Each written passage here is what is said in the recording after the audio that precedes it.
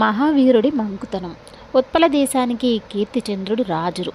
ఆయన కుమార్తె పద్మావతి అందాల భరణ. యుక్త వయస్సు రాగానే రాజు ఆమెకు తగిన వరుణ్ణి అన్వేషించసాగాడు. ఆ ప్రయత్నాలు అలా సాగుతూనే ఉండగా ఒక రాత్రి యువరాణి మాయమైంది. సేవకులు, పరిచారకులు అంతఃపురం నలుమూలలా వెదికారు. రాకుమార్తె కనబడటం లేదు. అప్పుడు రాజపురోహితుడు అంజనం వేసి చూసి యువరాణి పద్మావతిని బ్రహ్మరాక్షసుడొకడు ఎత్తుకుపోయాడు. వాడు భయంకరారణ్యం మధ్యలో దుర్భేద్యమైన భవనంలో ఉన్నాడు. వాడు మహాశక్తివంతుడు. ఈ రోజు నుంచి సరిగ్గా 3 మాసాల తర్వాత వాడు పద్మావతిని పెళ్లి చేసుకోబోతున్నాడు అని చెప్పాడు. ఇది విని రాజు, రాణి హతాశులైపోయారు. ఏం చేయాలో వారికి పాలుపోలేదు. మహామంత్రి పురోహితుడితో, ఆర్య, రాకుమారిని తిరిగి దక్కించుకునే మార్గం కూడా అంజనం వేసి చూడండి అన్నాడు. పురోహితుడు తల అడ్డంగా తిప్పి, జరుగుతున్నది మాత్రమే అంజనం ద్వారా చూడగలను. రాక్షసుడు పద్మావతితో వివాహం గురించి మాట్లాడాడు కాబట్టి జరగబోయే పెళ్లి గురించి నాకు తెలిసింది. అతలా ఉంచితే మళ్ళీ 3 మాసాల వరకు అంజనం వేయటం కుదరదు అని చెప్పాడు. ఇది విని మంత్రి రాజు వంక తిరిగి, ప్రభు, దిగులుపడి మనం చేయగలిగిందేమీ లేదు. అంతా మన మేలు కొరకే అని సరిపెట్టుకుందాం. రాకుమార్తెను రాక్షసుడి బారి నుంచి రక్షించిన వాడికి ఆమెనిచ్చి వివాహం చేస్తానని ప్రకటన చేయండి. ఆ పైన దైవం మీద భారం వేద్దాం అని సలహా ఇచ్చాడు. కీర్తిచంద్రుడికి ఈ సలహా నచ్చింది. ఆ ప్రకారం ఆయన వెంటనే రాజ్యమంతటా భయంకరారణ్యం మధ్యలో ఉండే రాక్షసుడు రాజకుమార్తెను ఎత్తుకుపోయాడు. 3 మాసాలలో వాడామెను పెళ్లి చేసుకోబోతున్నాడు. ఈలోగా రాకుమార్తెను రక్షించి తీసుకొచ్చిన వారికి ఆమెనిచ్చి వివాహం చేయటం జరుగుతుంది అని చాటింపు వేయించాడు. అది విని రాజ్యంలోని వీరయువకులెందరో ఉత్సాహంగా భయంకరారణ్యం వైపు తరలి వెళ్ళారు. భయంకరారణ్యంలో దుర్భరమైన భవనంలో అందరూ ప్రవేశించాలంటే ఒకే ఒక్క మార్గం ఉంది. అక్కడకు ఉత్సల దేశానికి చెందిన మహావీరుడు అనేవాడు అందరికంటే ముందుగా చేరుకున్నాడు. అక్కడికి ఏ వీరుడొచ్చినా వాడు సవాలు వేసి, బ్రహ్మరాక్షసుడిని ఎదుర్కోవడానికి సామాన్యులకు సాధ్యం కాదు. ముందు నన్నోడించి తర్వాత అరణ్యంలో ప్రవేశించండి అనసాగాడు. ఒక్క వీరుడు కూడా మహావీరుణ్ణి ఎదిరించి ముందుకెళ్ళలేకపోయేవారు. క్రమంగా భయంకరారణ్యం వైపు వచ్చే వీరుల సంఖ్య తగ్గిపోయింది. చారుల ద్వారా ఈ వార్తను రాజును చేరింది. మహావీరుడి గురించి వాకబు చేయగా వాడి తండ్రి పూర్వం సైన్యంలో పనిచేసి మరణించాడని, ఆ తర్వాత వాడు కొంతకాలం పాటు దేశం విడిచి ఎక్కడికో వెళ్ళి ఎన్నో విద్యలు నేర్చి మహాశక్తివంతుడై వచ్చాడని తెలిసింది. కీర్తిచంద్రుడు మహావీరుడి తల్లిని స్వయంగా చూడబోయాడు. ఆమె మహారాజు తన ఇంటికి వచ్చినందుకు చాలా సంతోషపడింది. నీ కుమారుడు రాజద్రోహం చేస్తున్నాడు. అందుకు సరైన కారణం ఉంటే తెలుసుకుందామని వచ్చాను అన్నాడు కీర్తిచంద్రుడు గంభీరంగా. ప్రభు, మాది రాజభక్తుల వంశం. రాజద్రోహం మాట అటుంచి రాజవంశం గురించి ప్రాణాలైనా ఇవ్వగలం. మీ ఆరోపణ నిజం కాదు అన్నది మహావీరుడి తల్లి. రాజు ఈ జవాబుకు ఏమాత్రం తృప్తిపడక, అయితే భయంకరారణ్యంలోని బ్రహ్మరాక్షసుని ఎదుర్కొనేందుకు వెళ్ళే వీరులందరినీ మహావీరుడు ఎందుకు ఆపుతున్నట్టు అని అడిగాడు. ఇది వింటూనే మహావీరుడి తల్లి ఎంతగానో ఆశ్చర్యపోతూ, ప్రభు, నా కుమారుడు మహాశక్తివంతుడు. వాడిని ఎదిరించగల శక్తి ఈ భూమి మీద లేదు. ఎక్కడెక్కడికో తిరిగి మహాశక్తులన్నీ సాధించుకున్నాడు. బ్రహ్మరాక్షసుని ఎదిరించడానికి నా దీవెనలు కావాలని వాడు నా దగ్గరకు వచ్చాడు. నేను వాడిని దీవించి పంపాను. మీ మాటలు నాకు ఆశ్చర్యం కలిగిస్తున్నాయి అన్నది. కీర్తిచంద్రుడికి ఆమె మాటల్లో నిజాయితీ కనబడింది. ఆయన రాజభవనం చేరి మంత్రితో మంతనాలు జరిపాడు. మంత్రి కొద్దిసేపు ఆలోచించి, ఇంతవరకు మన రాజ్యంలో ఏ వీరుడు మహావీరుణ్ణి జయించలేకపోయాడు. పేరుకు తగ్గట్టే అతడు మహావీరుడు. మనం అతడికి ఒకసారి స్వయంగా కలుసుకోవడం అవసరం. అయితే ఇలా కాదు, మారు వేషాలలో వెళదాం అన్నాడు. రాజు, మంత్రి పల్లెటూరి పేద రైతుల్లా వేషాలు ధరించి భయంకరారణ్యంలో ముఖద్వారం వద్దకు వెళ్ళారు. అక్కడ మహావీరుడు వారికి అరవీర భయంకరుడుగా కనిపించాడు. వెంటనే రాజు వాణ్ణి పలకరించి, బాబు నువ్విక్కడేం చేస్తున్నావని ప్రశ్నించాడు. ఉచ్చల వీరుణ్ణి పరీక్షిస్తున్నాను అన్నాడు మహావీరుడు. ఆ పని రాజు చేస్తాడు, సైన్యాధిపతి చేస్తాడు. ఉచ్చల వీరుల్ని పరీక్షించాల్సిన అవసరం నీకెందుకు అన్నాడు రాజు.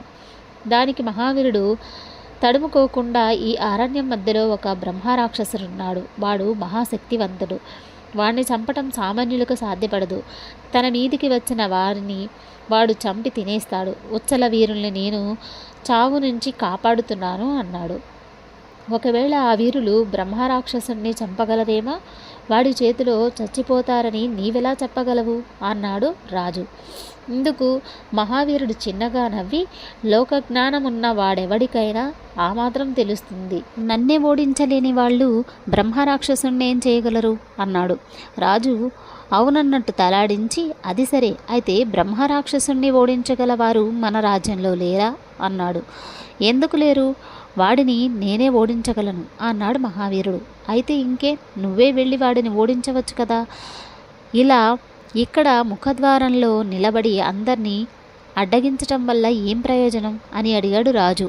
ఆ పని చేసేవాణ్ణి మరి, కానీ నాకు మన మహారాజు కారణంగా పెద్ద ఇబ్బంది వచ్చి పడింది అంటూ మహావీరుడు తన కథను వారికి చెప్పసాగాడు. మహావీరుడి తండ్రి చండసేనుడు యుద్ధంలో మరణించినప్పుడు వాడి వయసు 5 ఏళ్ళు. తల్లి వాడితో ప్రతిరోజు తండ్రి పరాక్రమం గురించి చెప్పి, అంతటి వాడు యుద్ధంలో దిక్కుమాలిన చావు చచ్చాడు. నువ్వు యుద్ధంలో చావు లేకుండా ఉండేంత శక్తివంతుడివి కావాలి అంటుండేది. ఆ మాటలు మహావీరుడి తలకి బాగా ఎక్కాయి. చిన్నతనం నుంచే వాడు యుద్ధ విద్యలు అభ్యసించి రాటుదేలాడు. 16 ఏళ్ల వయసులో వాడు తల్లితో, అమ్మ, నేను హిమాలయాలకు వెళ్ళి అక్కడి మునుల సేవ చేసుకొని మంత్రతంత్రాలు నేర్చుకుని వస్తాను, దీవించు అని బయలుదేరి వెళ్ళాడు. హిమాలయాల్లో మహావీరుడి కోరిక సిద్ధించింది. అక్కడ ఒక ముని వాడికి తంత్రాలన్నీ నేర్పించి, నాయన, ఈ భూమి మీద నిన్నెదిరించగల శక్తి లేదు.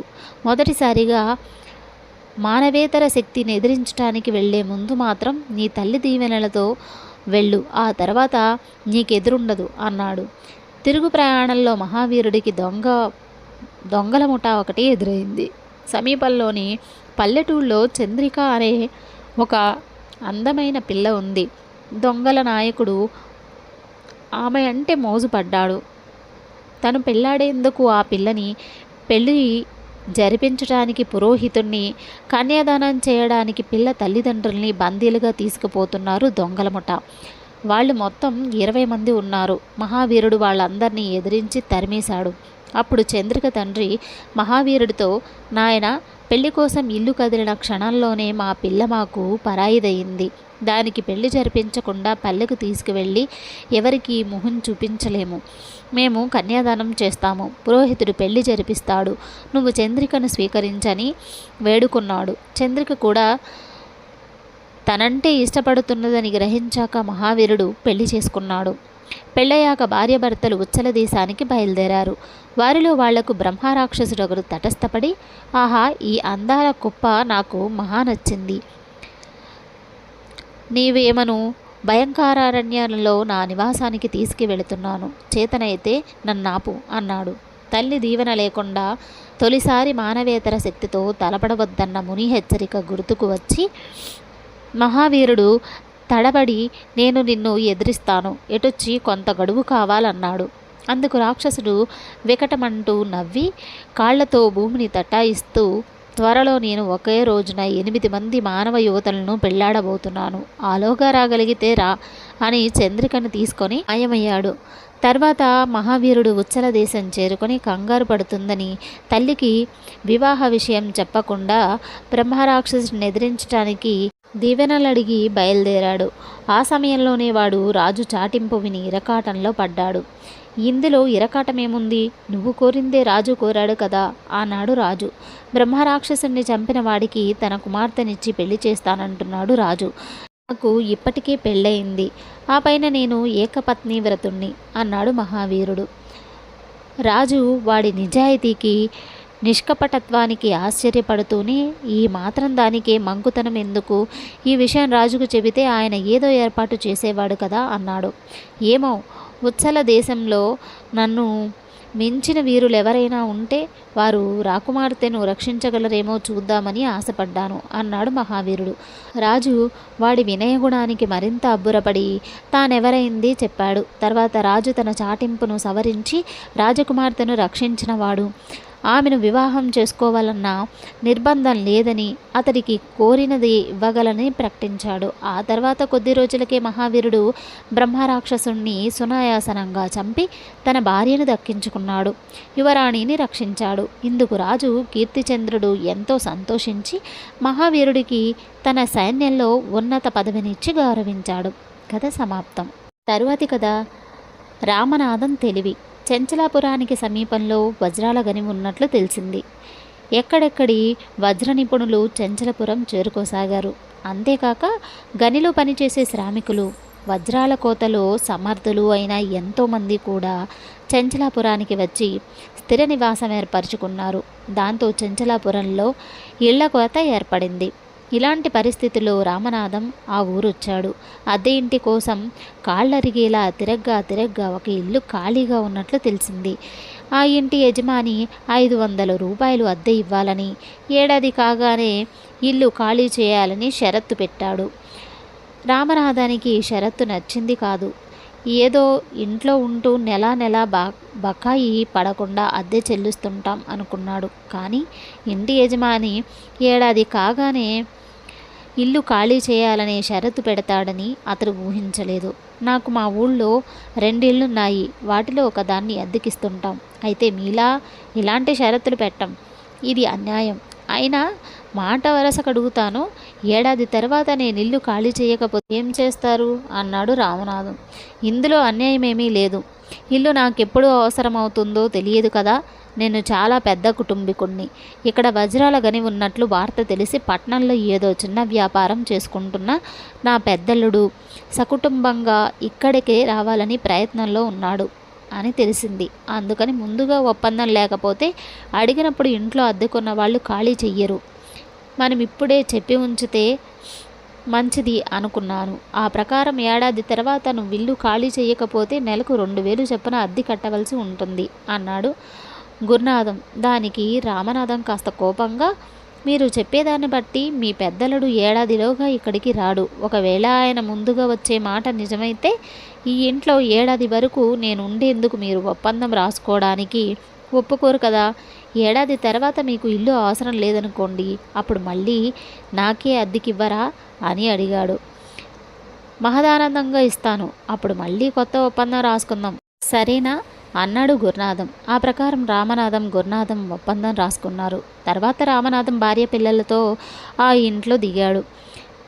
11 మాసాలు సుఖంగా గడిచిపోయాయి. తర్వాత ఒకనాడు గురునాథం రామనాథాన్ని చూడొచ్చి, నువ్వు నెల అద్దె సక్రమంగా చెల్లిస్తున్నావు, నాకు చాలా సంతోషంగా ఉంది అన్నాడు.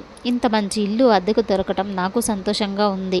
పుట్టి పెరిగిన ఊరు మాట మర్చిపోయి ఎంతకాలమైనా ఇక్కడే గడపాలనిపిస్తుంది అన్నాడు రామనాథం.